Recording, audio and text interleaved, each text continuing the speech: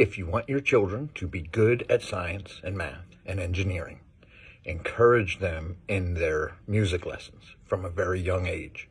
Hi, my name is Tim. I am the Jazzy Chemist. I'm a professional chemist and an amateur saxophone player. This is the third video in our series about famous scientists who were also very accomplished musicians. We've already talked about Max Planck and Albert Einstein. Today we're going to talk about Werner Heisenberg.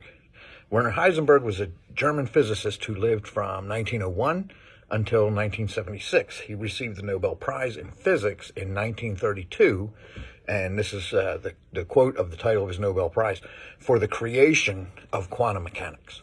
So everything we know about quantum mechanics builds on what Werner Heisenberg did.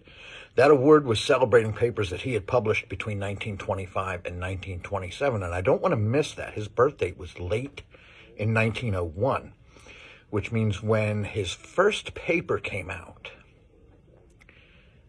that led to his Nobel Prize, his first celebrated paper, he was not yet 24. His Nobel Prize was earned between age 23 and age 27. And so he was doing all of these things really before he was 26. And his work now explains all of chemistry and most of the microscopic world in physics. And in addition to being a mathematical and scientific genius, Heisenberg was also a professional grade pianist. His mother taught him to read sheet music by the time he was 4 years old. By the time he was 15, he was playing master's works on his family's piano. By 16, he had mastered the Liszt's Rhapsodies. Not sure I'm pronouncing that correctly, but you can Google those. It's Liszt, and get those up on YouTube and listen to them. Really, really interesting and intricate piano work. And he was doing that at 15 years old. In a letter to his brother that he sent on his 21st birthday, Heisenberg says he had spent the entire evening playing Chopin and that he had played with Max Born for the first time. Max Born's another famous physicist. We're going to talk about him in a up-and-coming video. During the years from 1932 to 1936, well into his academic career now, he studied several Beethoven piano concertos and memorized them, learned them by heart on the piano. This was probably as a part of taking professional lessons. When he first got his first academic job in 1927, he bought himself a piano and started taking piano lessons from Hans Belz, who was a famous musician and composer in Germany at the time. And then later, when he got his Nobel Prize, he spent some of his Nobel Prize on a Bluthner grand piano for his house. As Heisenberg's understanding of both physics and music grew throughout his career, he started to seek parallels between the two, particularly the mathematical symmetries that are found in both physics and music.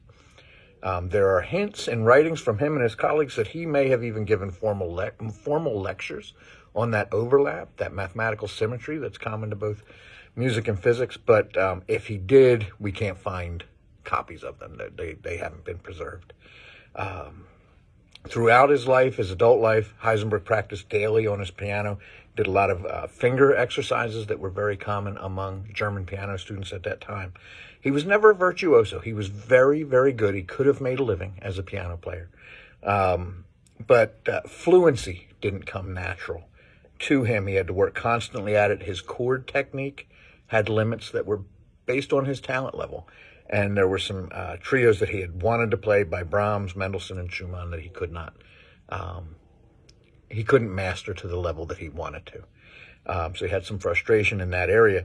But his great skill, his great talent, what people remembered about him when he played the piano was his soft and sensitive touch. It was perfect for chamber music, which he played very often with his physics colleagues, including Max Born, who we just mentioned, Albert Einstein he played with Max Planck, he played with Niels Bohr, he played with professional musicians like Karl Klingler.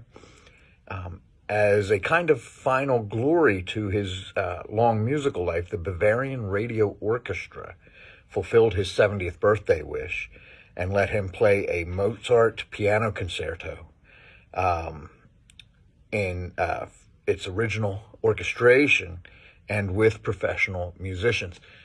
He got that wish. He wanted to be able to play that with them. What he didn't realize, and tried to stop them because of his own embarrassment, was that they were going to broadcast it out on the radio. He was afraid he didn't have the skill level for that. Turns out he did. The radio broadcast was very, very popular. So again, there's this great overlap between music and science, and those who do both tend to be better at both than they would be with just one or the other. And we're going to continue this lecture series. I've got at least 9 more of these planned. I think I said I had at least 8 more planned last time, but each time I put one of these together, I find another famous scientist who was also a musician.